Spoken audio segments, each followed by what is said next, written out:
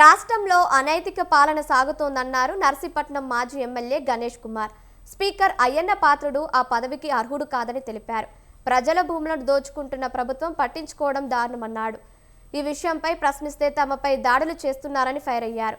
దాడులు చేసిన వారిపై చర్యలు తీసుకోవాలని హైకోర్టుకు వెళ్లి న్యాయ పోరాటం చేస్తామని చెబుతున్న మాజీ ఎమ్మెల్యేతో మా విశాఖ ప్రతినిధి Suryaprakash face to face. Narsipatnam ఏదైతే ప్రాంతంలో స్పీకర్ అయ్యన్న పాత్రుడు ప్రస్తుతం చేస్తున్న చేష్టలన్నీ కూడా చూడడానికి ఎంత వికృతంగా కనిపిస్తున్నాయి. ఒక రాజ్యాంగబద్ధమైన పదవిలో ఉంటూ కూడా స్థానికంగా ఇబ్బందులు కలిగే విధంగా ఉంటున్న పరిస్థితి ఉంది. ఒక దేవాలయానికి సంబంధించి అలానే భూములకు సంబంధించి వివాదాలకు నిత్యం కూడా తావిస్తున్న పరిస్థితి ఉంది. దీనిపైన పోరాటం చేస్తున్న వైసీపీ నాయకుడు మనతో పాటు గణేష్ గారు ఉన్నారు. అతను అడిగి తెలుసుకున్నాం అసలు ఏం జరుగుతుంది. సార్ అసలు ఏం జరుగుతుందండి అక్కడ మెడికల్ కాలేజ్ సంబంధించి కావచ్చు, ఇప్పుడు ఈ భూ వివాదాలు దేవాలయాలకు అన్ని ఏం జరుగుతుంది? సరే, అది ఈ మధ్యకాలంలో సృష్టి క్షేత్రం అని చెప్పి ఒక క్రియేట్ చేశారు ఆయన పద్ధతి. కేవలం చేయడానికి కారణం ఏంటంటే ఆయన రిటైర్ అయిపోతున్నారు కనుక వాళ్ళ కొడుకుని ప్రమోట్ చేయాలి కనుక ఒక బ్యానర్ పెట్టి సృష్టి క్షేత్రం పెట్టి ఒక 108 అడుగుల విగ్రహం పెట్టాలని చెప్పి ఒక నిర్ణయం తీసుకున్నారు. మంచిది చేసుకోమని తప్పలేదు. ఎందుకంటే 108 కాకపోతే 180 అడుగులు పెట్టుకోమని పెట్టేదేదో అక్కడ సొంతంగా ఆయన తాలూకు భూములు ఏమైనా కొనుక్కొని 4 ఎకరాలు 5 ఎకరాలు కొని అందులో పెడితే అందరం కూడా హర్షిస్తాం. కేవలం అక్కడ రైతులకు సంబంధించిన చెరువులో ఎటువంటి అనుమతి లేకుండా రైతులతో మాట్లాడకుండా కేవలం ఆయన వన్ సైడ్గా మాకు భూమి పూజ చేశారు. దాని మీద రైతులందరూ కూడా నా దగ్గర రావడం జరిగింది. మేమందరూ కూడా కలెక్టర్ గారు కూడా కంప్లైంట్ చేసాం. కలెక్టర్ గారు, అనకాపల్లి కలెక్టర్ గారు ఏ విధమైన చర్యలు తీసుకోకపోతే హైకోర్టు వారిని ఆశ్రయించాం.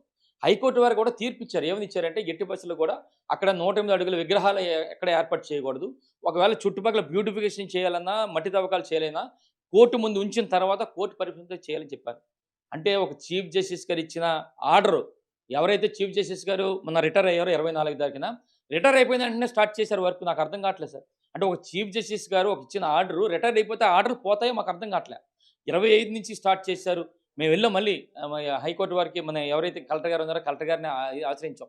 సరే ఇక్కడ ఎలాగా మళ్ళీ చేస్తున్నారు, దీన్ని అరికట్టాలంటే వాళ్ళు పట్టించుకోలేదు. జిల్లా కలెక్టర్ గారు పట్టించుకోలేదు, ఎస్పీ గారికి ఇచ్చాం, ఎస్పీ గారు పట్టించుకోలేదు. మొన్న రాత్రి మేము ఏదైతే వర్క్ జరుగుతుందో ఆ వర్క్ని షూట్ చేసి మళ్ళీ హైకోర్టుకి సబ్మిట్ చేయాలి కనుక మేమందరం కూడా వెళ్తూ అక్కడ ఉన్న టౌన్ సీఏ గారికి కంప్లైంట్ చేసాం. సార్ మేము ఎలాగ వెళ్తున్నాం, అక్కడ విజిలెన్స్ తీసుకుంటామని చెప్పంటే పోలీసులు పంపించారు. మేము అక్కడ వాళ్ళందరూ సమక్షంలోనే మేము విజువల్స్ అన్ని తీసుకున్నాం. ఈలోపు అయ్యన్న పదవికి సంబంధించిన టీడీపీ గూండాలందరూ కూడా వచ్చి మా మీద అటాక్ చేయడానికి ప్రయత్నం చేశారు. మా వాళ్ళు కూడా అక్కడ ఉన్నారు. అయితే ముఖ్యంగా ఎస్ఐ గారు ఏదైతే వచ్చారో మమ్మల్ని అందరినీ కూడా కారులో పంపించే ప్రయత్నంలో మా కారు అద్దాలన్నీ కూడా పగలగొట్టారు. ఏదేమిటి కూడా రేపు రాబోయే రోజుల్లో ఇలాంటివి ఎన్ని చేసినా సరే మేము ఎదుర్కోవడానికి సిద్ధంగా ఉన్నాం సార్.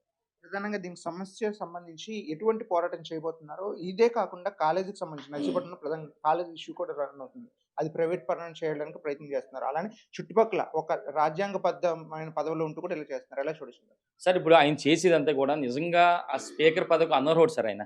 మరి ఇలాంటి వాటికి ఎలాగిచ్చారో మాకు తెలియదండి. ఈయన చేసేదంతా రౌడీయిజం, గూండాయిజం, దోపిడీలు, భూ దోపిడీలు చెప్పాలంటే కొన్ని ఉన్నాయి, చాలా చెప్తాం. ఇప్పుడు దోపిడీలు అన్నీ కూడా అంటే ఇలాంటి దోపిడీ వ్యవస్థకు ఇచ్చాడంటే నిజంగా ఈరోజు ఆంధ్రప్రదేశ్ రాష్ట్ర ప్రజలకే సిగ్గిచ్చాడు ఇలాంటి వ్యక్తికి ఇవ్వడం.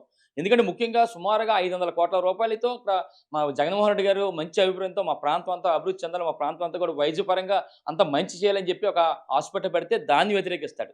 ఏదేమిటి ఎంత వ్యతిరేకించి కూడా వచ్చేది జగనన్న ప్రభుత్వం వచ్చిన తర్వాత వెంటనే మెడికల్ కాలేజీ కూడా చేస్తాం. మేము మా ప్రాంత వాళ్ళందరూ కూడా ఉచితంగా వైద్యం అందించే కార్యక్రమం చేస్తాం. ఇది ప్రధానంగా తెలియాల్సిన పరిస్థితి. ఏదైతే ప్రభుత్వంలో రాజ్యాంగబద్ధమైన పదవిలో ఉంటూ స్పీకర్ పదవిలో ఉంటూ కూడా పూర్తి స్థాయిలో ఇవన్నీ కూడా ఆగడాలకు తావిస్తున్న పరిస్థితి కనిపిస్తుందని తెలియజేయడం జరుగుతుంది. ఇప్పటికైనా దీనిపైన న్యాయ పోరాటం చేస్తున్న విషయాన్ని అయితే తెలియజేసిన పరిస్థితి కనిపిస్తుంది. కెమెరామెన్ రాజారావుతో సూర్యప్రకాష్, స్వతంత్ర టీవీ, విశాఖపట్నం.